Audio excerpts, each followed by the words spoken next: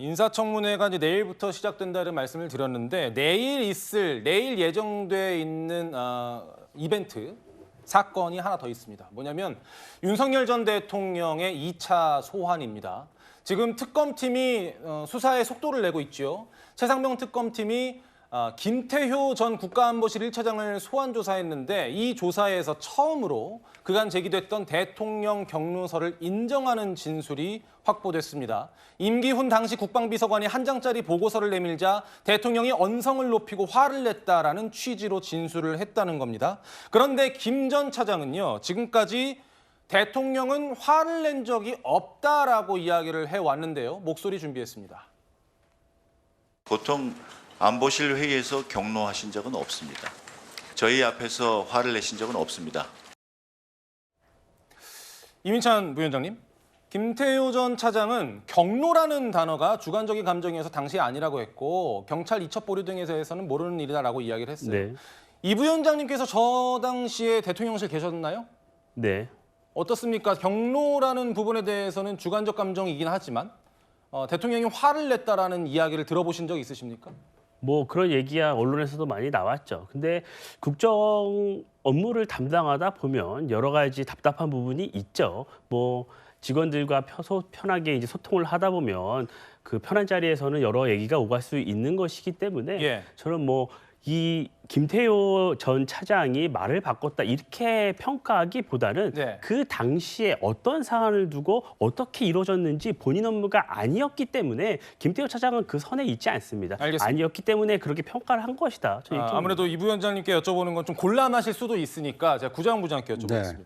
그 이른바 대통령 경로설이 사실 주목받은 이유는 최상병 사건 수사 방해 의혹의 핵심이었기 때문이거든요. 네. 그렇기 때문에 김 전 차장의 진술이 바뀐 것에도 주목이 되는 것인데 이렇게 되면 그 대통령 경로라는 게 좀 더 신빙성을 얻어가는 그 수순 아닙니까? 그렇습니다. 일종의 스모킹건이나 트리거가 될 수 있는 발언이 나왔다고 보여집니다.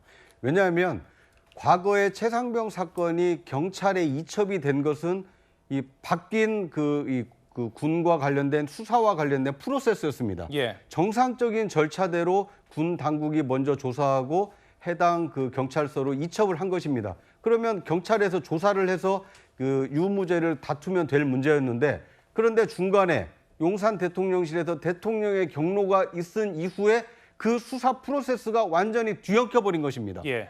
절차대로 이첩한 수사 자료를 다시 반환받고 그래서 수사를 사실상 방해하고 특정인을 봐주기 위해서 이렇게 누군가의 외압이 행사된 것이 아닌가. 이것이 최상병에 대한 이 수사 외압 논란이었습니다. 그 논란의 시작점이 누구로부터 비롯됐는가. 이거에 대한 그 일말의 진실의 일단이 지금 드러난 것이 아닌가 하는 생각이 듭니다. 알겠습니다. 왜냐하면 당시 국방비서관이 대통령에게 한 장짜리 보고서를 보고한 이후에 대통령이 언성을 높였다라는 굉장히 구체적인 김태효 전 1차장의 증언이 나왔기 때문에 그 이후에 어떻게 군 당국과 수사 당국이 움직였는지 시간대별로 이 진실 유무를 밝혀본다라면 최상병 이 외압 수사 사건의 이 진실은 곧 밝혀질 수 있지 않을까 이런 생각이 듭니다. 예. 구속 수감돼 있는 윤 전 대통령은 1차 소환에 불응을 했고 내일 2차 소환에도 사실상 불응할 것이다라는 전망이 나옵니다.